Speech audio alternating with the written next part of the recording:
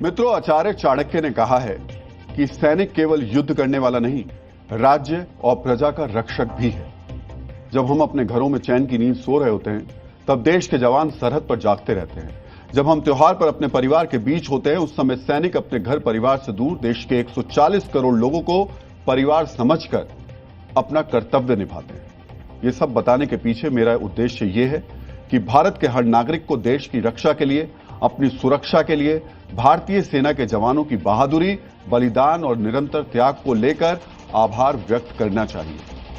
लेकिन इसी देश में कुछ लोग ऐसे भी हैं जो देश के सैनिकों के प्रति ऐसी छोटी सोच रखते हैं जिसे शब्दों में बयान करना उनके छोटेपन को कम करके दिखाना है। मित्रों, आज मैंने एक ऑडियो क्लिप सुनी। इस ऑडियो क्लिप में लोन को लेकर देश के सबसे बड़े प्राइवेट बैंक एचडीएफसी बैंक की महिला कर्मचारी और हमारी सुरक्षा करने वाले एक जवान के बीच का संवाद था।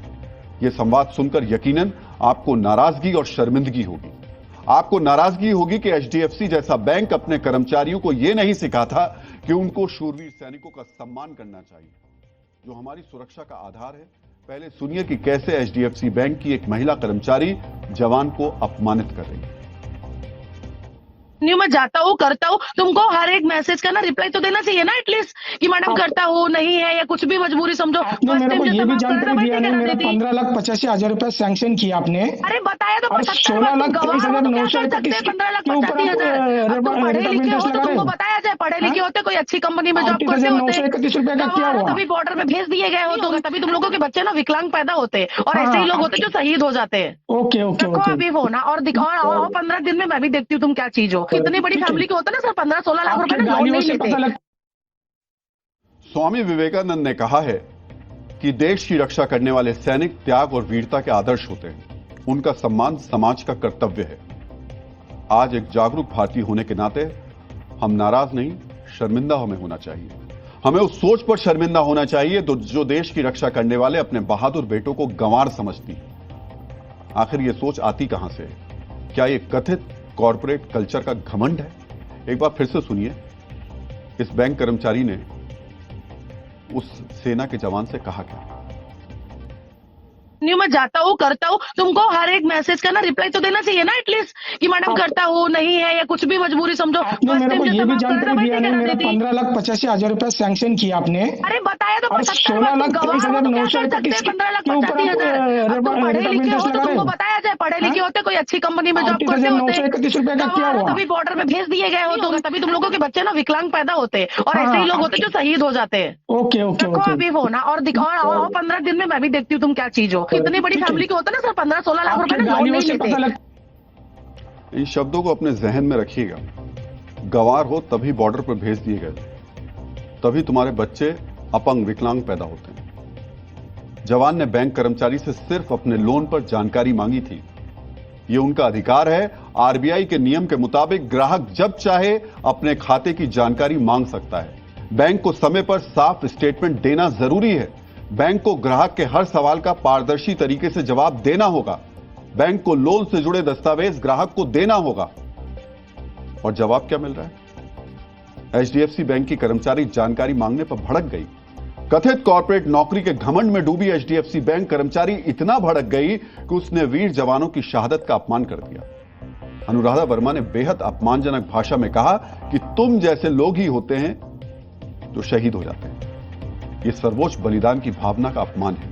सैनिकों की बलिदान की भावना ही है जो हमें सुरक्षा को लेकर निश्चिंत करती है।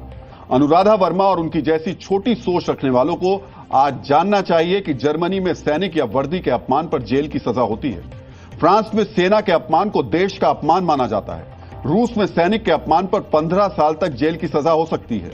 चीन में सैनिक या शहादत के अपमान पर 3 साल तक जेल हो सकती है।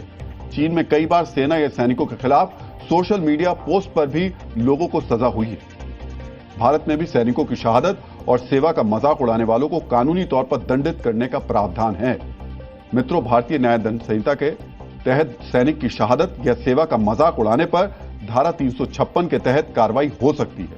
इसके तहत आरोपी को 2 साल तक की जेल या जुर्माना हो सकता है। बीएनएस की धारा 353 के तहत भी आरोपी को दंडित किया जा सकता है। कुछ लोग काम का दबाव और बैंकिंग नीतियों का हवाला देकर एचडीएफसी बैंक और अनुराधा वर्मा के पाप को ढकने की कोशिश करेंगे। ऐसे लोगों को याद रखना चाहिए कि सुप्रीम कोर्ट ने कहा है कि राष्ट्रीय गरिमा का सम्मान जरूरी है। सेना के जवान का सम्मान भी राष्ट्रीय गरिमा का सम्मान है, इसलिए जरूरी है कि अनुराधा वर्मा को सजा मिले। अब हम आपको इस घटना के सबसे शर्मनाक पक्ष की जानकारी भी दे देते हैं। यह पक्ष एचडीएफसी बैंक से जुड़ा हुआ है। जवान के अपमान पर देश का आक्रोश दिखा तो एचडीएफसी बैंक ने यहां भी बचने का चोर दरवाजा तलाशने की कोशिश की। एचडीएफसी बैंक ने सोशल मीडिया पर एक छोटी सी पोस्ट लिखी, अनुराधा वर्मा को अपना कर्मचारी मानने से इनकार किया। जवान के अपमान पर एचडीएफसी बैंक ने माफी मांगने की जहमत नहीं उठाई। एचडीएफसी बैंक ने यह नहीं कहा कि वो अनुराधा वर्मा को नौकरी से निकालेगा, उससे सिर्फ यह कहकर पल्ला झाड़ लिया कि अनुराधा उनकी कर्मचारी नहीं है। हो सकता है जवान का अपमान करने वाली अनुराधा एचडीएफसी बैंक से सीधे नहीं जुड़ी हो, लेकिन वो एचडीएफसी बैंक के लिए काम करती है, ये सच है। इसलिए एचडीएफसी बैंक अपनी जिम्मेदारी से बच नहीं सकता। एक्सपर्ट्स बताते हैं कि बैंक अक्सर खुद को बचाने के लिए ऐसे लोगों को काम पर रखते हैं।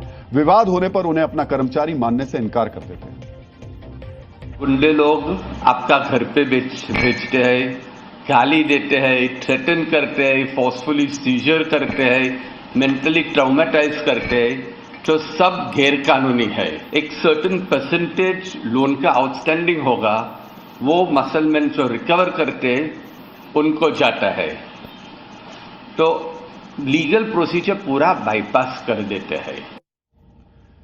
एचडीएफसी बैंक ने यही चोर दरवाजा अपनाया है। यहां हम आपको बताना चाहेंगे कि आरबीआई के बैंकिंग लोकपाल के पास 2023 में एचडीएफसी बैंक से जुड़ी 30,000 शिकायत पहुंची थी।